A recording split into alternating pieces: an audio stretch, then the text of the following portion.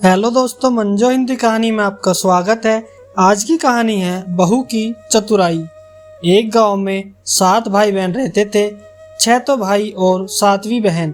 उसका नाम बिरनबाई था। अब उसके माँ बाप तीर्थ जाने लगे तो माँ ने भौजाइयों को बुलाकर कहा, तुम मेरी लाडली बिरनबाई को सुख से रखना और कोई भी काम इससे मत कराना। भौजाइया कहने लगी, सासू जी, हम तो आपके सामने जो कुछ कहना हो कह देती हैं, पर आपके जाने के बाद हम कुछ भी नहीं कहती। धन घड़ी धन भाग, हमारे तो केवल एक ननद बाई है, 10-5 तो है नहीं, और फिर वह तो अपने भाइयों से भी अधिक लाड से रही है। माँ बाप तीर्थ चले गए। इधर सब भाई अपने अपने काम से बाहर जाते। एक दिन सब भाई इसी तरह बाहर गए हुए थे। भौजाइया बोली, चलो हम सब मिलकर पीली मिट्टी खोद लाएं।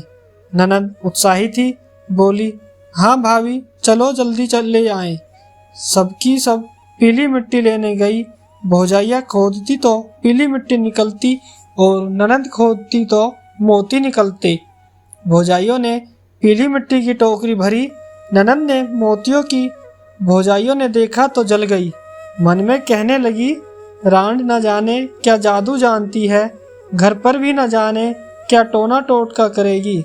फिर वे कहने लगी, बाई तुम यहीं खड़ी रहो, तुमसे यह टोकरी नहीं उठेगी, हम अपनी टोकरियां खाली कराएं, फिर तुम्हारी ले चलेंगी। वे जाने लगी।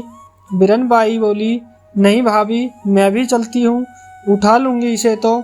नहीं बाई, तुमने इतना बोझ कभी नहीं उठाया, तुम्हें कहीं कुछ हो गया तो तुम्हारे भाई हमें खा जाएंगे। तुम तो थोड़ी देर यहाँ खड़ी रहो, हम अभी आती हैं। ननद बेचारी खड़ी खड़ी भौजाइयों की बाट जोहने लगी कि भौजाइया अब आती हैं, अब आती हैं, पर भाभियों के मन का कपट बेचारी क्या जाने। बैठे बैठे सारा दिन बीत गया, पर वे नहीं आई। सांझ हो गई। उसी समय वहां से साधुओं की एक टोली निकली। बिरनबाई ने एक साधु से कहा, महाराज मेरी टोकरी उठवा दो। साधु ने देखा कि लड़की अकेली है, कहा, बच्चा तू यहाँ अकेली क्यों है। बिरनबाई ने सब हाल कह सुनाया। मौका देखकर साधु उसे अपनी टोली में ले गया। बिरनबाई रोने लगी, पर वहाँ कौन उसे सुनने वाला था। कई दिन हो गए, साधु ने उसे कहीं नहीं जाने दिया। धीरे धीरे वह उसे छोटे मोटे गांव में भिक्षा मांगने भेजने लगा। अब वह सब घर बार कल गई।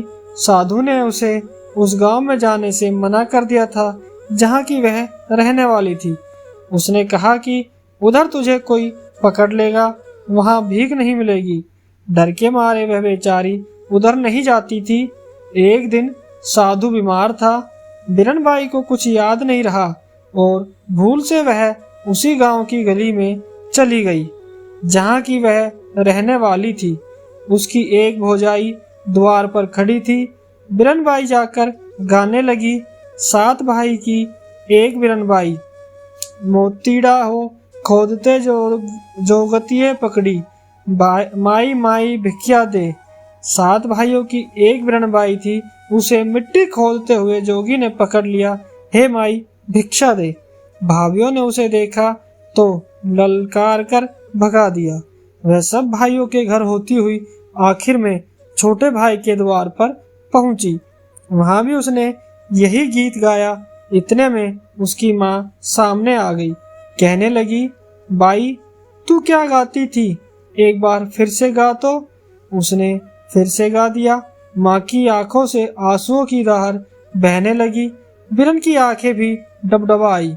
माँ सोच रही थी कि ऐसी ही मेरी बिरनबाई थी, पीली मिट्टी खोदते समय खान में दबकर मर गई, क्योंकि भौजाइयों ने आकर ऐसा ही बताया था। माँ कहने लगी, बाई तू रोज आया कर, मैं तुझे अपनी बेटी समझकर खूब चीजें दिया करूंगी। बिरनबाई को अपनी सब बात याद आ गई। उसने सारा हाल कहा तो माँ बेटी मिलकर खूब रोई। इस प्रकार बिरनबाई फिर अपने घर आ गई। अब माँ बाप ने उसका ब्याह करने का विचार किया। उधर साधु को मालूम हुआ कि बीरनबाई अपने घर चली गई है तो वह अच्छा होने पर वहां आया। उस समय बीरनबाई की सगाई हो रही थी। साधु बोला, सगाई तो करो पर चेली तो मेरी है। जब उसका ब्याह हुआ तो साधु आकर फिर कहने लगा, ब्याह तो करो पर चेली तो मेरी है। ब्याह पूरा हुआ और बीरनबाई अपनी ससुराल जाने लगी। साधु फिर आया और कहने लगा, लाडो तो ले जाओ पर चेली तो मेरी है। इस तरह साधु बीरनबाई के पीछे पड़ गया। बारात घर पहुंची तो वहां भी साधु आकर कहने लगा, बारात तो आई पर चेली तो मेरी है। जब इस प्रकार साधु बीरनबाई को जगह जगह छेड़ने लगा तो बीरनबाई घबराई। उसने कहा, ओ प्रियतम, ओ सास जी, मुझे 7 ताले में बंद करो, नहीं तो यह साधु मुझे पकड़ ले जाएगा। बीरनबाई को ससुराल वालों ने 7 तालों में बंद करके सुलाया। अंधेरी रात थी। रात को खड़का हुआ। बीरनबाई जागी। उसने कहा, पहला ताला टूटा, सास जी जागो। दूसरा ताला टूटा, ससुर जी जागो। तीसरा ताला टूटा, जेठ जी जागो। चौथा ताला टूटा, जेठानी जी जागो। पांचवा ताला टूटा, देवर जी जागो। छठा ताला टूटा, देवरानी जी जागो। सातवां ताला टूटा, प्रीतम जी जागो। इस तरह बीरनबाई ने सबको जगा दिया। उसी समय साधु ने 7वां ताला तोड़कर बीरनबाई के कमरे में प्रवेश किया।